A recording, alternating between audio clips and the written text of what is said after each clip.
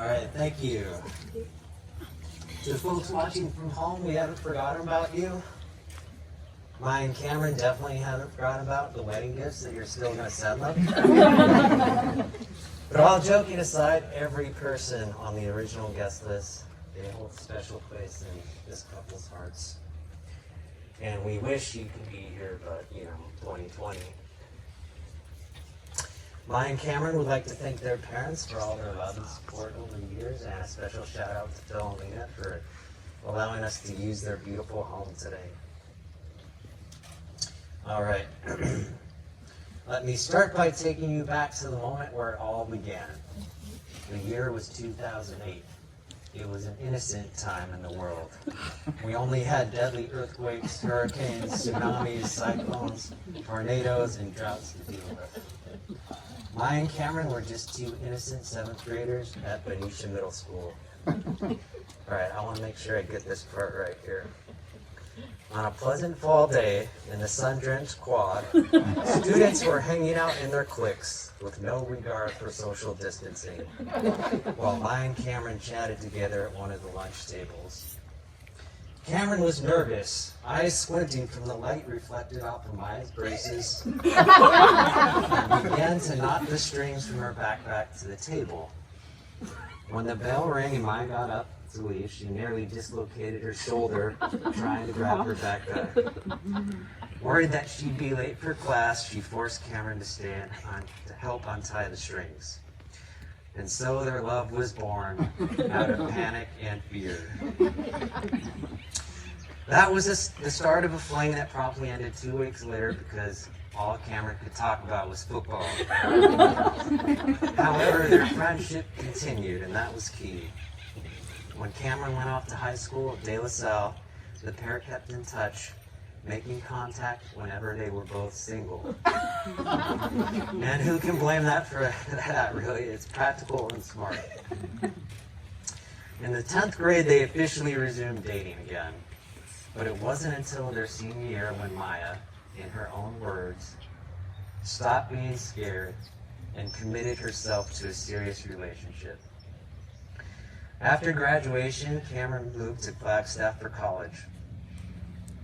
But it wasn't long before he was flying home every other weekend just to see Maya. And I'm sure we have Pam and Alan's frequent flyer miles. In 2016, Maya packed her bags and moved to Flagstaff too, once again bravely following her heart.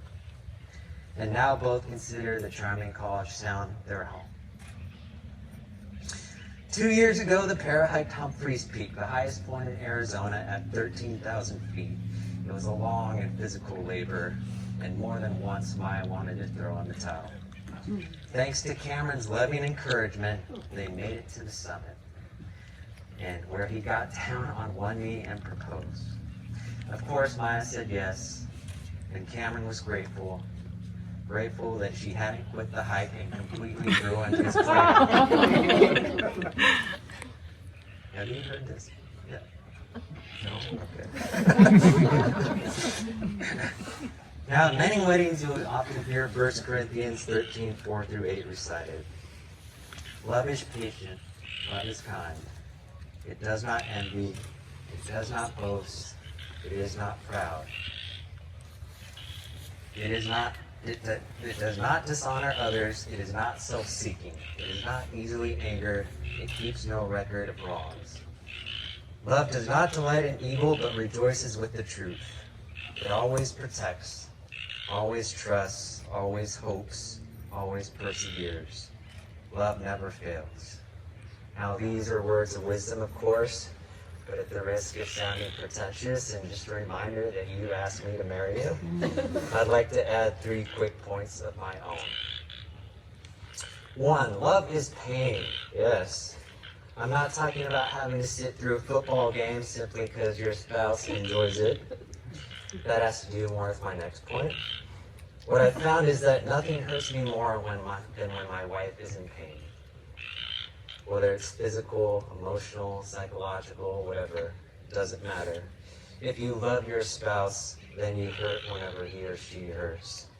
You feel the pain as if it's your own. And so you should do everything in your power not to be the source of that pain, right? Simple. 2, love is sacrifice. This time it could be the football game, or it could be shopping at Hobby Lobby.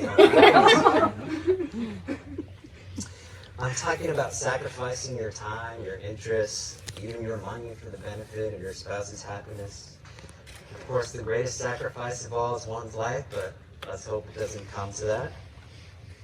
The sacrifices I'm talking about don't have to be so dramatic. They're just little daily sacrifices, so to speak, little things that add up over time to make your spouse feel special. 3, love is forgiveness. Now, a cynical person might say that marriage is nothing but a series of arguments and resolutions, and that's only partly true. Resolutions certainly are critical because marriage is supposed to be for life. And when we have fights, the hardest thing to say can be, I'm sorry.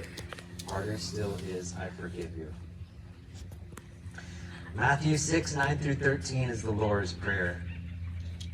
For those who aren't familiar, Our Father in heaven, hallowed be your name. Your kingdom come, your will be done on earth as it is in heaven. Give us today our daily bread, and forgive us our debts as we also have forgiven our debtors. And lead us not into temptation, but deliver us from the evil one. Now, most Christians know that by heart, but how many people know the very next 2 verses, 14 and 15? For if you forgive other people when they sin against you, your heavenly Father will also forgive you. But if you do not forgive others their sins, your Father will not forgive your sins. I don't know about you, but that sends a little chill down my spine. That's probably why most people ignore those verses.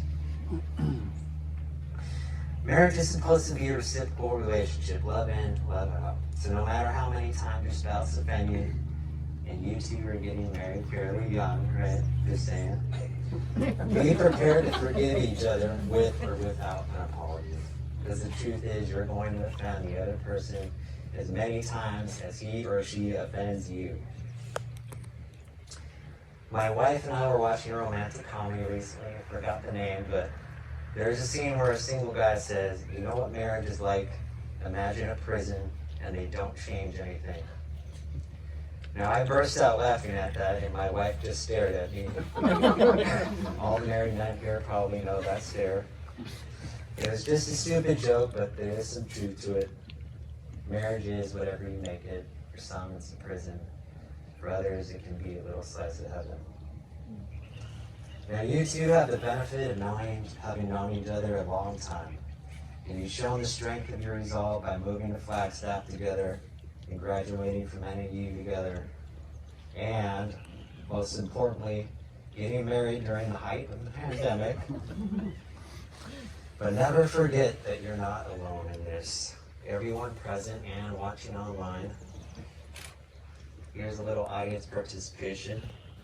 If you love this couple and want them to succeed, please affirm your commitment to helping them through thick and thin by saying, we do. We do!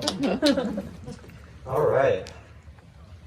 And now for the words mine and Cameron want to hear the most today, not my ramblings, but the words that will carry them across the threshold from engagement to marriage.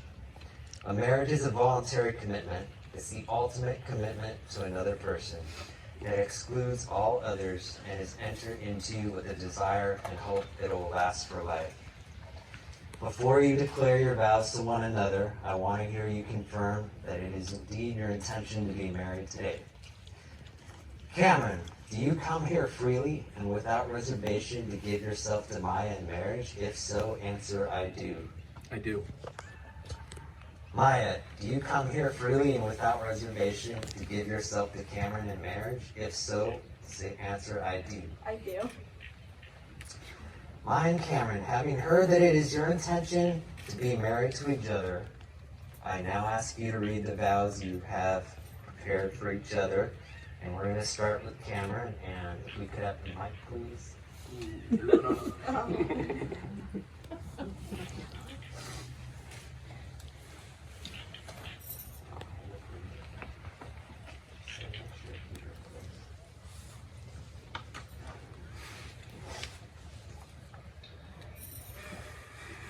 Maya, you have held a special place in my heart since the first time we crossed paths in 7th grade. Somehow we've always found our way back, whether it be 9th grade homecoming, sophomore, or senior year of high school. My feelings for you grew as we understood each other more each time. One of the biggest challenges we have faced was when I went to college in Arizona. And you stayed back in California. Long distance relationships are always hard. Although we may have had bumps in the road, we were able to push through. When you came to Arizona, first school, and we began to live together, we both had to make adjustments and sacrifices.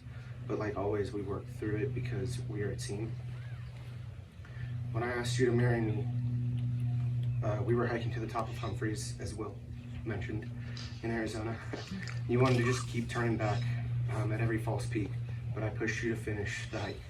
You said this is like our relationship because I keep pushing you to accomplish your goals, but you do the same for me. You always support me, whether it was school related, like waiting for an hour for aluminum, or in Phoenix, because my capstone, when you had a bridal shower to go to, or if it was like hobby related, so countless hours at auto parts stores or Home Depot. You bring out the best in me, and this is why you are my best friend and why I stand before you today to make you my lifelong partner. I promise to continue to better myself to become the best man I can be for you. I promise to support you and do whatever I can to help you achieve your goals. I will strive to always be there for you if you need me. And I'm excited and extremely happy to spend my life with you. I love you. Very nice.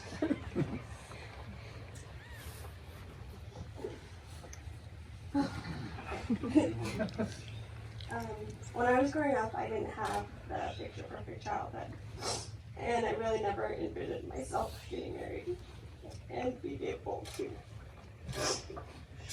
put my guard down. But over 5 years, you've shown me how to be loved and how to accept it. You opened my heart in ways that I can't even imagine. Who would have thought one thing when we were 12 would lead to such a great love story? When I look at you, I see everything I've ever wanted in a partner. You make me feel like the most beautiful girl in any room. You make me laugh, and you even go on multiple micro trips a week with me to finish any DIY project I have. You love me so fearlessly that it's a feeling that I can't explain. I can't even begin to name the ways that we work so well together. I know we're not perfect, but in 5 years we've grown so much as a couple and individually that I know that we can conquer anything together. I can't wait to spend the rest of my life with you, go on many more adventures, and complete our vacation bucket list. Thank you for being my biggest supporter and encouraging me to follow my dreams. You're the best person I ever met, and I'm so lucky to be loved by you. And I'm so lucky to love you. I'm not going to promise to be the perfect wife, because you know that's stubborn. But I will promise that I love you, no matter what the final bar. Very nice, Maya. Now for the rings.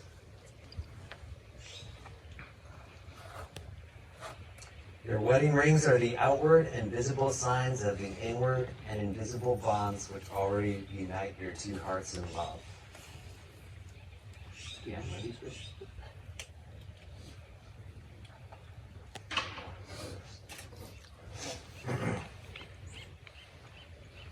Cameron, place the ring on Maya's finger and repeat after me. I give you this ring. I give you this ring. Wear it with love and joy. Wear it with love and joy. As this ring has no end, As this ring has no end, my love is also forever. my love is also forever. Maya, place the ring on Cameron's finger and repeat after me. I give you this ring. I give you this ring. Wear it with love and joy. Wear it with love and joy. As this ring has no end, As this ring has no end, my love is also forever. my love is also forever. May the wedding rings you exchange today remind you always that you are surrounded by enduring love. Ready for this? And so now, by the power vested in me by the Universal Life Church Monastery, it is my honor and delight to declare you husband and wife. Cameron, you may now kiss the bride.